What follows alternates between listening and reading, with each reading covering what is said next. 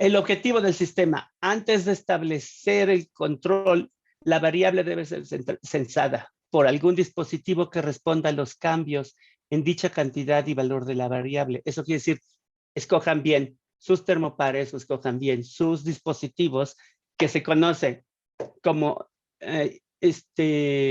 elemento primario de control. Ese es el nombre exacto. El elemento primario de control para medir la temperatura, en este caso podría ser el termopar, ¿no? Esta cantidad o cambio debe de ser indicados o registrados antes de ser controlados. Entonces, el elemento primario de control sensa, le avisa al control, esto es lo que está pasando, y después la acción de control es el último paso de secuencia en la transmisión de la salida de la señal al elemento final de control.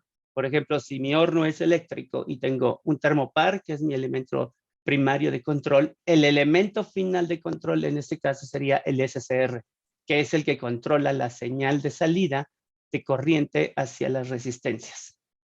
¿Sí me explico? Y así con todos los sistemas, o sea, varía de cada uno. El elemento final del control es parte del proceso en sí y depende de la respuesta correctiva del controlador del proceso. Censo la señal, la registro aquí y entonces hago una señal, una corrección en el control. El número y tipo de elementos finales de control depende y son dictados por el proceso a ser controlado. Pudiera ser que no tenga yo solo una señal que tenga que controlar, sino varias. En tus hornos de vacío, no nada más censas la temperatura del proceso, sino censas la presión o el vacío que estás haciendo, porque ese te dice si ya puedo empezar a calentar, porque también estoy leyendo los niveles de oxígeno dentro del horno, y entonces cuando tengo un vacío en el nivel necesario, entonces puedo empezar a calentar y no antes. Entonces aquí tengo dos señales de control que tengo que estar tomando en cuenta. En todos los procesos industriales, todo se tiene este triángulo de control, así se llama, donde el triángulo es el proceso, donde tengo la medición la mando hacia el control, ¿sí? Del control le mando una respuesta y la vuelvo a medir. Eso es lo que hace todo el tiempo el control de sus hornos. Mide, controla, envía una respuesta y vuelve a medir para saber qué se hizo, qué es lo que pasó con esa señal de respuesta que acabo de mandar. Así está todo el tiempo su horno, todo el tiempo. En algunos sistemas, ustedes son capaces de decir, el controlador puede decidir, no, estoy diciendo, en la programación, ustedes deciden si esa medición, control, respuesta se hace cada 30 segundos o cada minuto. Todo depende de la inercia del sistema. El controlador o quien programa eso puede decir, lo voy a dejar. Generalmente de fábrica viene un controlador Honeywell, por ejemplo, viene en 30 segundos para algunas opciones. Entonces, cada 30 segundos escanea y dice, así está. Pero si ustedes tienen mucha variación en su control, pueden escanear con mayor frecuencia para tener una mejor respuesta, una respuesta más cerrada, aunque vuelva, depende, puede oscilar. Como dicen mis amigos los metalurgistas, ¿no, Víctor? Depende, ¿no? Puede oscilar mucho si lo hago con demasiada frecuencia. Entonces hay que tener cuidado dónde le mueven, dónde no le mueven. Ahorita vamos a hablar de eso para que entiendan un poquito mejor. Entonces, la variable.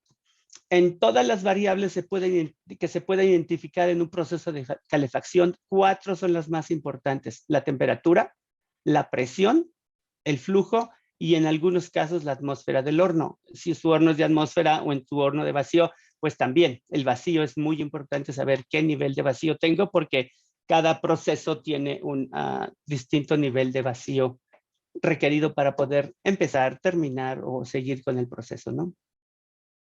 Ahora bien, el elemento primario de control para temperatura. No están todos, puse los más importantes. Termopares, RTD, termómetros, elementos bimetálicos, pirómetros ópticos de radiación, cámaras térmicas. Más o menos por ahí es lo que está instalado para conocer la temperatura de sus hornos. Cuando hablamos de presión, barómetros de columna líquida, manómetros, tubos de burdón, diafragmas de ajuste y fuelles. Todo depende de lo que estemos haciendo. Vacuómetros, pero vacuómetro para los hornos vacíos es igual que un manómetro, nada más que presión negativa. En el flujo hay 3 principios de operación: desplazamiento positivo, presión diferencial y área variable. Con esas 3 soy capaz de medir el flujo. ¿Cuáles son las formas? Depende. Puedo medir el desplazamiento positivo con una propelita que da vueltas conforme va el flujo y me manda una señal a un sensor que va contando cuántas vueltas y son proporcionales al flujo que está pasando a través de orificio. Puedo tener una presión diferencial y esa presión diferencial, de acuerdo al principio de Bernoulli, me dice cuando yo tengo presión 1 y presión 2 equivalente a tanto, por esta área conozco el flujo. Entonces, todo depende del diseñador, del sistema o de lo que estamos buscando en nuestro conocimiento de la variable. Aunque no es temperatura, puse la atmósfera porque todos ustedes o muchos de ustedes tienen atmósferas controladas dentro de su horno para proceso de tratamiento térmico, o como nos dice uno de ustedes, a lo mejor no, a lo mejor tengo solventes que tengo que controlar y tengo que conocer para ver si purgo el horno, si es explosiva, qué sé yo. Hay muchas cosas que puedo saber entendiendo la atmósfera de mi horno.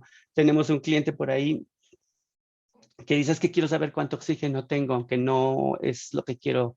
No me importa controlarlo, pero sí quiero saber qué es lo que está pasando porque me afecta posiblemente en el producto final o en el proceso en sí.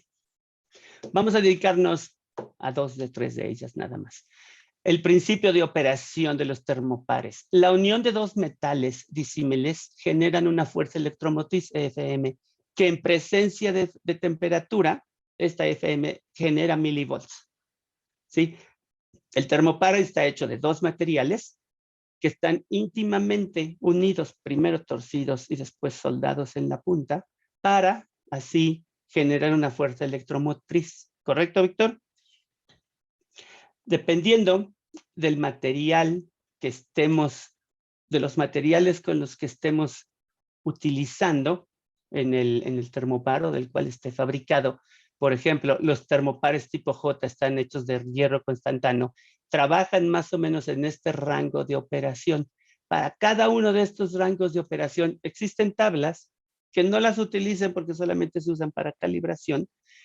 Una tabla y me dice para 760 grados en un termopar tipo J, entrega la fuerza electromotriz es equivalente a tantos milivolts. La tabla es para todos estos y son enormes, ¿no?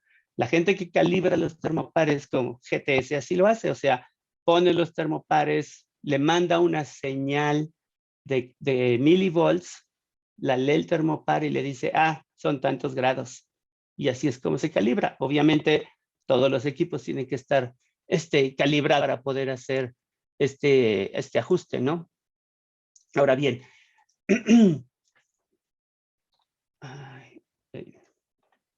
¿qué pasó? Aquí, ya, perdón. De repente se tarda un segundito de más en... Espérenme un poquitito, tengo aquí me estorbo yo mismo en la pantalla. Los termopares están identificados por colores para mayor facilidad. Están identificados entre los cables que están construidos, ¿sí? Amarillo y rojo para el K, y también en el forro, o sea, lo pueden conocer. Y hay varias formas de pedirlos, de pedir los recubrimientos. Se puede pedir PVC sobre PVC, PVC sobre fibra cerámica, hay un montón de condiciones. Y aquí ven todos los termopares que existen y todas las formas. Esta tabla está disponible en muchos lugares. Yo tomé esta de Omega Industries en internet. Pero aquí es una forma rápida de saber qué termopar tengo, cómo funciona, de qué está hecho y el rango de operación. Eso es súper importante que el termopar esté hecho para el rango de operación que van ustedes a trabajar.